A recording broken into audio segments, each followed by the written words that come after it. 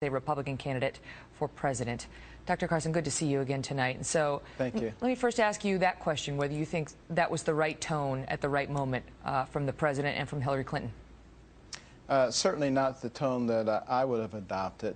I think we have to start going to the heart of the matter. The heart of the matter is not guns. The heart of the matter is the heart and soul of people. You know, this young man didn't wake up yesterday and suddenly turn into a maniac. Clearly, there have been things in his background, in his upbringing, that led to the type of mentality that would allow him to do something like this. And one of the things that I think we really need to start concentrating on in this country is once again instilling the right kinds of values, particularly in our young people. You know, we're so busy giving away all of our values and principles for the sake of political correctness that we have people floating around out there with no solid foundation of beliefs. And I mean, we saw today so many people rush to the dark place. You know, one guy saying this shooter watched too much Fox News. One person who used to work for the Obama administration ripping on Nikki Haley because she allowed the Confederate flag to stand in South Carolina, as if there's any evidence that anything like that would lead somebody to commit mass murder. You came out with a piece talking for more tolerance, for more togetherness, for more understanding and less hate. Absolutely. It's destroying our nation.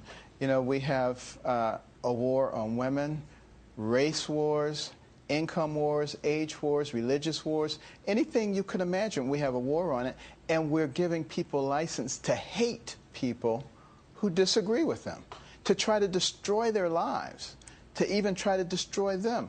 This will have consequences in our society. And a house divided against itself cannot stand. It never has, and it never will stand.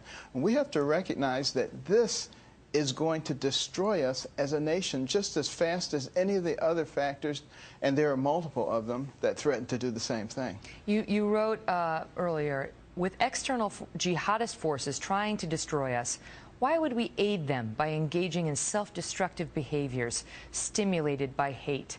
You know, it's a good point. We saw that after 9/11. We came together as a nation, and then we seem to drift right back into the red, blue, divisive, diminishing places. Well, I hope we, the American people, can come to the understanding that we are not each other's enemies.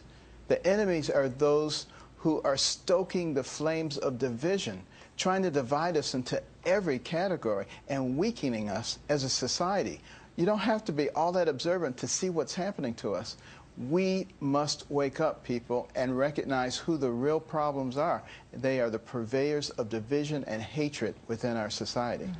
And yet, you know, what do you think this says, what we saw today, about the status of race relations in America? The president seemed to strike a tone suggesting this is indicative of a darker period in our history. The exact soundbite, actually, we have it here. Listen. The fact that this took place in a black church obviously also raises questions about a dark part of our history. This is not the first time that black churches have been attacked. Does it raise questions about the dark part of our history? You know, is it a broader commentary, do you think, on society today? Well, I think it goes back to what I was saying before. You know, we have succumbed to the purveyors of division in all of those different categories, including race. And it's going to be up to us, the people, to begin to focus on the positive things, on the things that we have in common, and stop listening to those who are stoking the fires of division. Have we made enormous progress in this country in race? Absolutely. When I was a kid, I mean, I remember all kinds of horrible things going on that don't occur now. But is the problem solved? Of course it isn't. But we need to work at it in a constructive way.